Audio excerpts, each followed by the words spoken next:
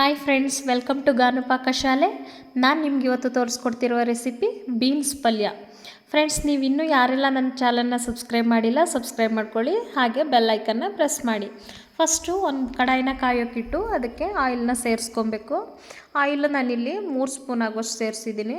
ಆಯಿಲ್ನ ಸೇರಿಸಿ ಚೆನ್ನಾಗಿ ಕಾದ್ಮೇಲೆ ಇದಕ್ಕೆ ಸಾಸಿವೆ ಹಾಗೆ ಸ್ವಲ್ಪ ಜೀರಿಗೆ ಎರಡನ್ನೂ ಸೇರಿಸಿ ಇದು ಚಟಪಟ ಅಂತ ಹೇಳಿ ಸಿಡಿದ್ಮೇಲೆ ಇದಕ್ಕೆ ನಾವು 2 ಸ್ಪೂನ್ ಆಗುವಷ್ಟು ಕಡಲೆಬೇಳೆ ಹಾಗೆ 1 ಸ್ಪೂನ್ ಆಗುವಷ್ಟು ಉದ್ದಿನಬೇಳೆನ ಸೇರಿಸ್ಕೊತಾ ಇದ್ದೀನಿ.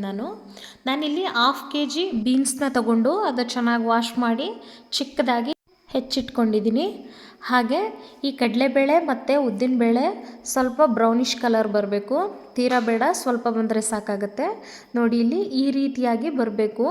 ಈ ರೀತಿ ಬಂದಮೇಲೆ ನಾವು ಇದಕ್ಕೆ ಶುಂಠಿ ಮತ್ತು ಬೆಳ್ಳುಳ್ಳಿನ ಚಿಕ್ಕದಾಗಿ ಕಟ್ ಮಾಡಿ ಸೇರಿಸಿದ್ದೀನಿ. ಹಾಗೆ ಕರಿಬೇವನ್ನು ಕೂಡ ಈ ಟೈಮಲ್ಲೇ ಸೇರಿಸ್ಕೋಬೇಕು. ಕರಿಬೇವು ಕೂಡ ಚಟಪಟ ಅಂತ ಸಿಡಿದ ಮೇಲೆ ಇದಕ್ಕೆ 1 ಆನಿಯನ್ನ ಕಟ್ ಮಾಡಿ ಸೇರಿಸ್ತಾ ಇದ್ದೀನಿ. ಇದು ದೊಡ್ಡ ಸೈಜ್ದು 1 ಆನಿಯನ್ ಹಾಕಿದರೆ ಸಾಕಾಗುತ್ತೆ. ಚಿಕ್ಕದಿದ್ದರೆ ನೀವು 2 ಕಟ್ ಮಾಡಿ ಸೇರಿಸಿ.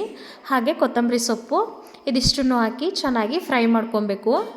ಶುಂಠಿ ಹಾಗೆ ಬೆಳ್ಳುಳ್ಳಿನ ಕಟ್ ಮಾಡಿ ಸೇರಿಸಿದ್ರೆ ಇಷ್ಟ ಆಗಲ್ಲ ಅನ್ನೋರು ಶುಂಠಿ ಮತ್ತು ಬೆಳ್ಳುಳ್ಳಿ ಪೇಸ್ಟ್ನು ಕೂಡ ಸೇರಿಸ್ಕೊಬೋದು. 1/2 ಸ್ಪೂನ್ ಹಾಕಿದ್ರೆ ಸಾಕಾಗಿಬಿಡುತ್ತೆ. ನೋಡಿ, ಇಲ್ಲಿ ಇದು ಎಲ್ಲ ಚೆನ್ನಾಗಿ ಫ್ರೈ ಆದಮೇಲೆ ಇದಕ್ಕೆ ಟೊಮೊಟೊನ ಸೇರಿಸ್ತಾ ಇದ್ದೀನಿ. ಟೊಮೆಟೊ ಈ ರೀತಿಯಾಗಿ ಚಿಕ್ಕದಾಗಿ ಕಟ್ ಮಾಡಿ ಸೇರಿಸ್ಬೇಕು, ಆವಾಗಲೇ ಇದು ಚೆನ್ನಾಗಿ ಗ್ರೇವಿ ಸಿಗೋದು. ಹಾಗಾಗಿ ಈ ರೀತಿ ಕಟ್ ಮಾಡಿ ಸೇರಿಸ್ಬಿಟ್ಟು ಅದನ್ನು ಕೂಡ 1 ನಿಮಿಷಗಳ ಕಾಲ ಫ್ರೈ ಮಾಡ್ಕೊತಾ ಇದ್ದೀನಿ. ಈ ರೀತಿ ಫ್ರೈ ಮಾಡ್ಕೊಂಡು ಆದಮೇಲೆ ಇದಕ್ಕೆ ನಾವು ಹೆಚ್ಚಿಟ್ಕೊಂಡಿರುವಂತಹ ಬೀನ್ಸ್ನ ಸೇರಿಸ್ಬೇಕಾಗತ್ತೆ. ಬೀನ್ಸ್ ಯಾವಾಗಲೂ ಇಷ್ಟು ಚಿಕ್ಕದಾಗಿಯೇ ಕಟ್ ಮಾಡಿಟ್ಟಿರಬೇಕು. ಯಾಕೆ ಅಂದರೆ ನಾವು ಇದನ್ನು ಯಾವುದೇ ಕುಕ್ಕರಲ್ಲಿ ವಿಷಲ್ ತಗೋತಿಲ್ಲ, ಹಾಗಾಗಿ ಇದರಲ್ಲೇ ಬೇಯಬೇಕು. ಹಾಗಾಗಿ ಚಿಕ್ಕದಾಗಿ ಕಟ್ ಮಾಡಿ ಸೇರಿಸಿದರೆ ಚಪಾತಿ ಜೊತೆ ತುಂಬ ಚೆನ್ನಾಗಿರುತ್ತೆ ಈ ಒಂದು ರೆಸಿಪಿ. ಹಾಗಾಗಿ ಈ ಸೈಜಲ್ಲಿ ಬೀನ್ಸ್ನ ಕಟ್ ಮಾಡಿ ಸೇರಿಸಿ ಇದನ್ನು ಚೆನ್ನಾಗಿ ಮಿಕ್ಸ್ ಮಾಡಬೇಕು. ನೋಡಿ, ಇಲ್ಲಿ ನಾನು ನಿಮಗೆ ತೋರಿಸ್ತಾ ಇದ್ದೀನಿ. ಈ ರೀತಿಯಾಗಿ ಮಿಕ್ಸ್ ಮಾಡಿ ಇದನ್ನು ಬೇಯಿಸ್ಕೊಬೇಕು. ನಾವು 5 ನಿಮಿಷಗಳ ಕಾಲ ಈ ರೀತಿ ಬೇಯಿಸ್ಕೊಬೇಕು, ತಿರುಗಿಸ್ತಾ. ಹಾಗೆ ರುಚಿಗೆ ತಕ್ಕಷ್ಟು ಉಪ್ಪು, ನಾನಿಲ್ಲಿ 1 ಸ್ಪೂನ್ ಉಪ್ಪನ್ನು ಬಳಸ್ತಾ ಇದ್ದೀನಿ. ಉಪ್ಪನ್ನು ಸೇರಿಸಿದ್ಮೇಲೆ ಇದನ್ನು ಕೂಡ ಮಿಕ್ಸ್ ಮಾಡಿ ಮತ್ತೆ 1-2 ನಿಮಿಷಗಳ ಕಾಲ ಫ್ರೈ ಮಾಡ್ಕೊಬೇಕು.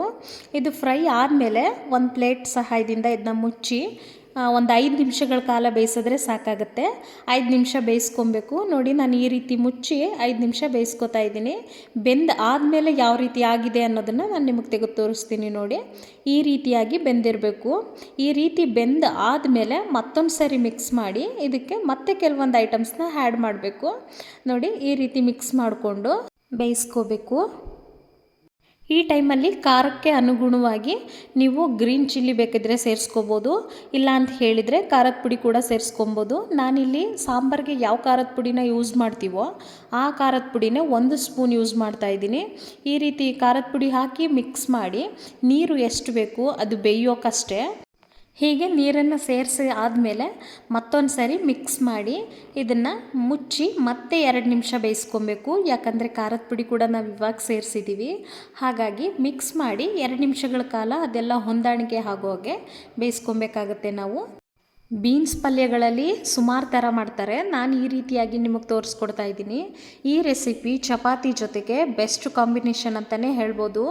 ಈ ರೀತಿಯಾಗಿ ಮಾಡಿದರೆ ಚಪಾತಿಗಳು ಬೇಗ ಖಾಲಿ ಆಗ್ತವೆ. ಈ ರೀತಿ ಟ್ರೈ ಮಾಡಿ ನೋಡಿ. ಬೆಂದಿ ಆದಮೇಲೆ ಇದು ಈ ರೀತಿಯಾಗಿ ಕಾಣಿಸ್ತಾ ಇದೆ. ಇದು ಚೆನ್ನಾಗಿ ಬಂದಿದೆ ಕೂಡ. ಮತ್ತೊಂದು ಸಾರಿ ಮಿಕ್ಸ್ ಮಾಡಿ ತೋರಿಸ್ತೀನಿ ನೋಡಿ. ಈ ರೀತಿ ಮಿಕ್ಸ್ ಮಾಡಿ ಇದಕ್ಕೆ ಕೊನೆಯಲ್ಲಿ ಕೊತ್ತಂಬರಿ ಸೊಪ್ಪನ್ನು ಹಾಕಬೇಕು.